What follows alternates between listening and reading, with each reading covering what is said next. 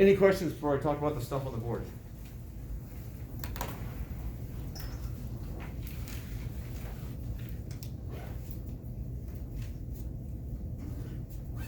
Okay. So start on the question I have in red there. I got a wire that's tapering down. And the question is, how does the drift speed of the electrons change as well, I guess the electrons are flowing to the left as it opens up.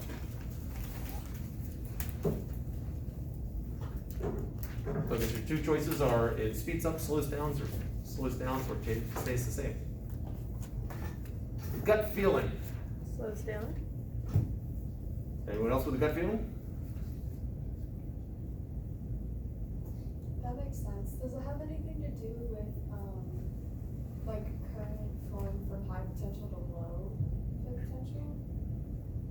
You said like electrons flow from high potential to low potential. Does it have anything to do with that? the electrons flow from low to high. Oh yeah, that's right, because they face the opposite. Yep.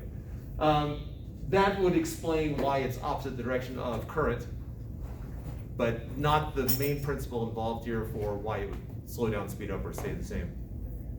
I'm agreeing with Anna. I think it would slow down if it goes from small to large. Okay.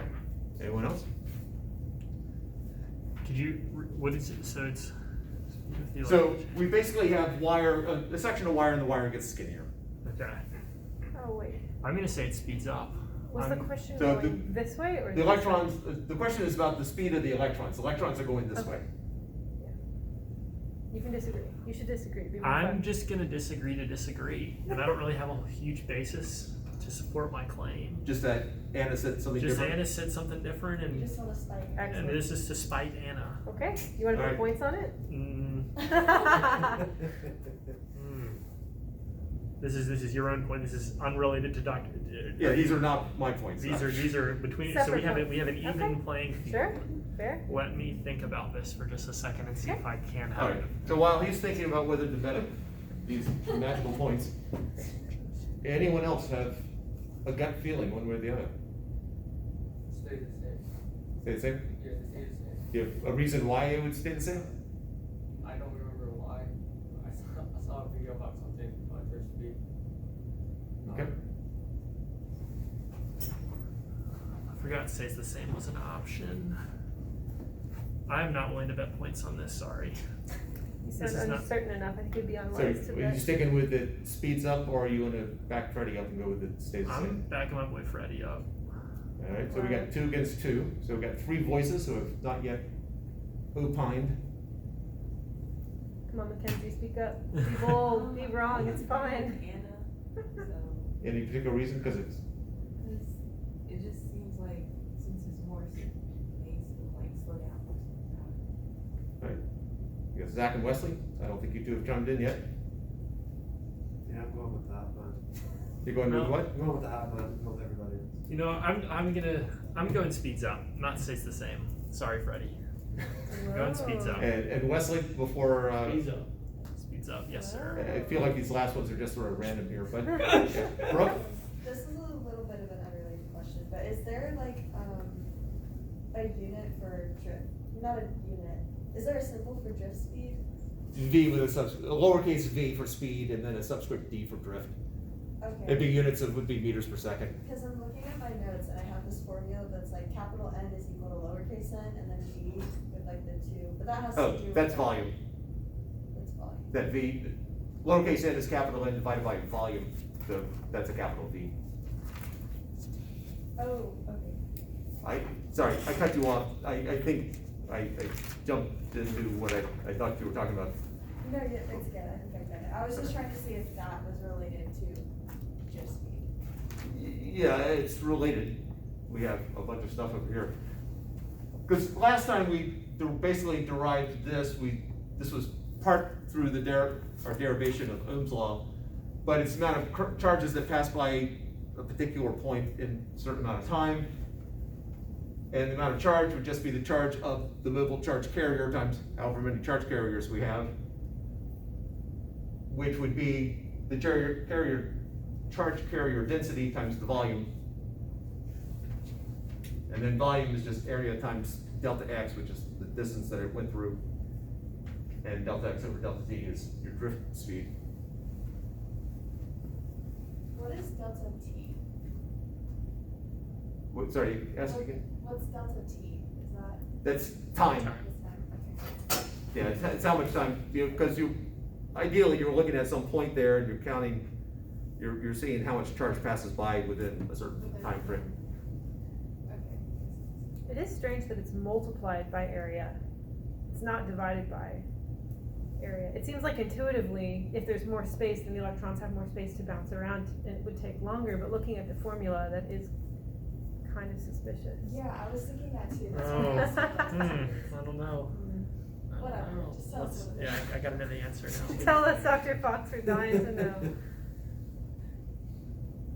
Think about, before we get to the actual, let me point to the math solution here.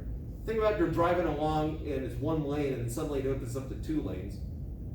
Oh, well, that doesn't really quite apply. Yeah, Because, that makes sense.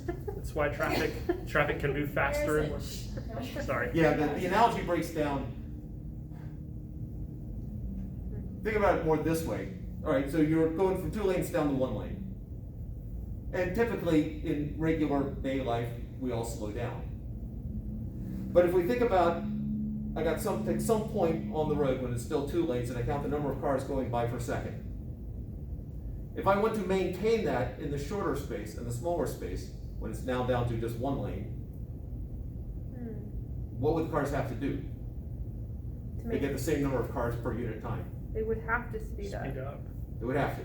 So with current, since charge is not building up anywhere, it's not like if the charge is going this way, it's not like you have like in traffic where suddenly you get a cluster of cars all at a standstill waiting for the next car to go. It has to speed up in order to maintain the same number of charges passing by. It's one of the principles that at any point the current flowing in equals the current flowing out. So if I take this point, whatever current flows there has to flow there, has to flow there, has to flow there, has to flow there. So the current in a wire, in one stretch of wire, the principle is that that current stays constant. And therefore, if the electrons are going this way to the right, they would have to speed up. Going that way, they would have to slow down. Mathematically, if I took this equation, my current is equal to this, therefore my drift speed is also equal to I divided by Q in capital A. That's just the charge of whatever's moving. That's material specific. This is wire specific here. So if the current stays constant throughout a wire, as the area gets bigger, the drift speed has to get smaller. It would Makes slow sense down. if they're inverse. I was thinking of that formula there as being about drift speed and not current, but now that it's in inverse, that makes sense. Okay. It helps me to think about like a So you're river. right. Like a river were to get Luckily I didn't narrower, the get same points amount of for water that. is still flowing through that, so it has to go faster. But when it like opens up again, like when a river is like chill and like all the water's calm, that's like what I was visualizing. Yeah, and the principle behind it is it's known as continuity. That you have just as much flowing in as flowing out. The river analogy works. Yeah, because rivers flow into lakes and lakes aren't, it's not like there's this huge rush of water. It opens up this really big area and Right. it comes close to a standstill. I feel like that is a better analogy. Yeah. I'm just a genius. I can do All right, so then the second question I have is actually going to involve some new material. Oh, any questions on this before I erase it?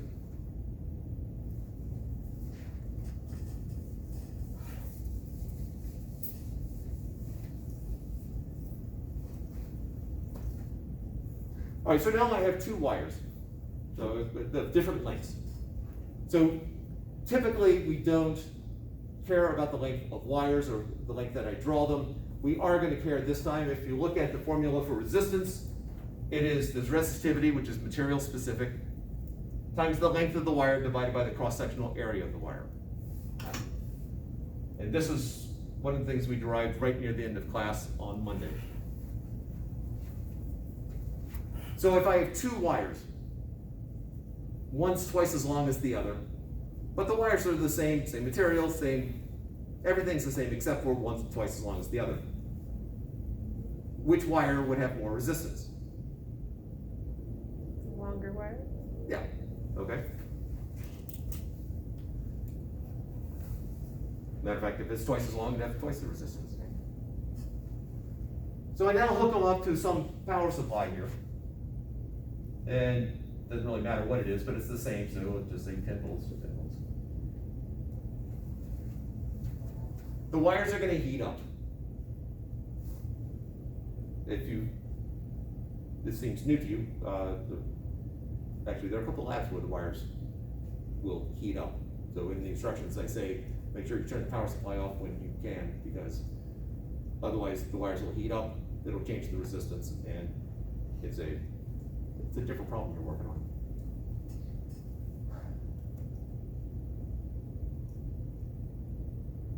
So to figure out which wire is going to heat up more, we need to figure out about power. So power is something typically done in the first semester course, but I usually just skip by it. So this is power. And it's basically about energy consumption with respect to time. So it's basically the work done within some unit of time. If I do 100 joules of work in 10 seconds or 100 joules of work in 100 seconds, there's a different amount of effort on my part, different amount of power, different amount of basically dissipation of energy. So let's do a pseudo derivation to actually take it from the basic definition into electricity. Work is, I'm ignoring signs, basically the change in potential energy over time. That's just Q charge times the change in potential, the electric potential over time. And this Q over T here, that's the amount of charge that is flowing through this change in potential, or through that change in potential in a certain amount of time. That's just the current.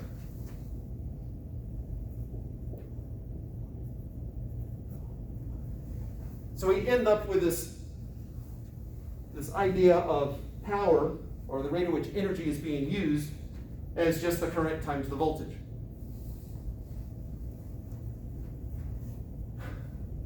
If we're talking about a battery, this formula applies to the power of the battery, how much energy it's producing. If we're talking about a resistor, it's talking about the amount of energy per unit time that's being taken away.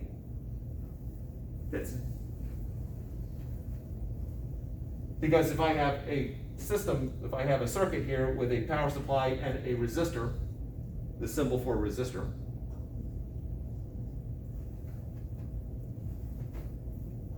if it's generating energy, that energy has to go somewhere. So whatever it's generating, the resistor is getting rid of. Just so that we can sort of say even keel. If you imagine a circuit just kept building up energy, more and more energy, at what point would it explode? All right.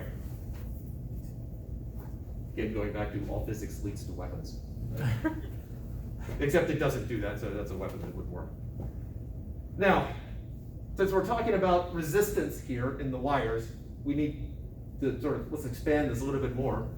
I know from Ohm's law that delta V is equal to IR, so if I make that substitution here, I also have a formula for the power of dissipation from the resistor as the current squared times R, just plugging in IR for my voltage.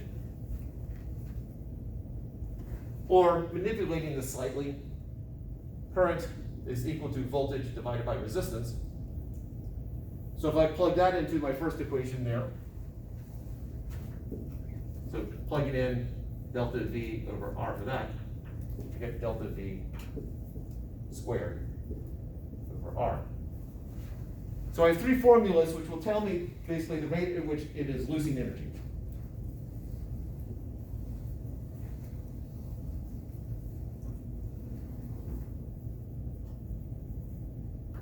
So, given these three formulas, would the shorter wire or the longer wire produce more heat?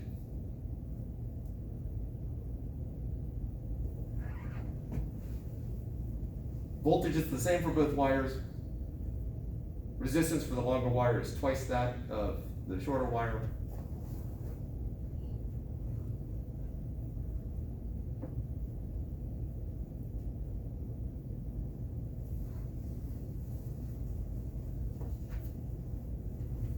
I want to say if there's more resistance, there'd be more heat, but not sure if that. If there's more resistance, then there's more power. Isn't that if there's more resistance, there's more power? Depends which formula you're using, that's why it's confusing. Because sometimes it's in the denominator and sometimes it isn't, Yeah. so. Yeah, so I don't know. What Harrison said is, I think, is a gut feeling. I think most people would react that way. But you forgot one thing. If I've got a 10-volt power supply and I hook it to something with resistance, what's different? If I got something with a 10 ohm resistor or something with a 20 ohm resistor, if I have something with double the resistance, what can you tell me about the current that's being produced? There's less. So I'm thinking it's B, like that wire would heat up more. So the shorter one? The short one. And what equation are you using? Well, I looked at the equation for current, which is the change in charge over the change in time, and more charge would flow past a particular place in the same amount of time on like the shorter wire than it would in the longer wire. Does that make sense? So more charge would pass through in the shorter wire? Right, so, current or I is equal to change in, or no, it's not the change in charge, sorry, it's the amount of charge flowing past a particular Right. place over the change in time. And I think more charge would flow, in a smaller wire, in a larger wire, like in the same time. I was not looking at it that way, but yeah, no, that works. Because you have more charge flowing, you have more charges colliding into things, and every time you get a collision, there's a loss of something, or transfer of energy from the electron into whatever it hits. So, yeah, or looking at it from that point of view right there. Because what is the same for both of these wires here? The voltage is the same. Delta V is the same for both. So then it comes down to R. The longer wire has more resistance, and therefore the power dissipated is less. And what Brooke said, I think, is the explanation behind that, for more than just the math piece. One other thing, because the second alarm went off, so I know time is up. Typically, when we're ignoring the wires themselves, we put a symbol for a resistor in it, and we just say, this resistor right here basically sums up the resistance in the wires. If you think about the formula for resistance, that is rho L over A, the length here of the wire, the longer the wire is, the more resistance it is. Matter of fact, if you look at these tiny little resistors, that there's some in the classroom that you'll no doubt fill you with great joy when you start working with those. Just try not to burn them. That it's a whole lot of really skinny wire crammed into a really small space. That's the essence of how you make a resistor. Now there's more sophisticated ways, but the cheap resistors, like what we have, it's just basically really skinny wire, make A small, and as long as you can, and cram it into a small space. So the symbol for a resistor is a lot of wire crammed into a small space. So if I think of that as a wire, cram it into a small space, that's the symbol for a resistor. Now, how many times up and down depends upon your mood, and how neat it is depends upon how fast you're writing. So on Monday, we will, well, first, any questions, because we've got the test on Wednesday. And then we'll talk about resistors in parallel and series. And just as part of a spoiler, the rules for parallel and series resistors are the opposite than they are for capacitors.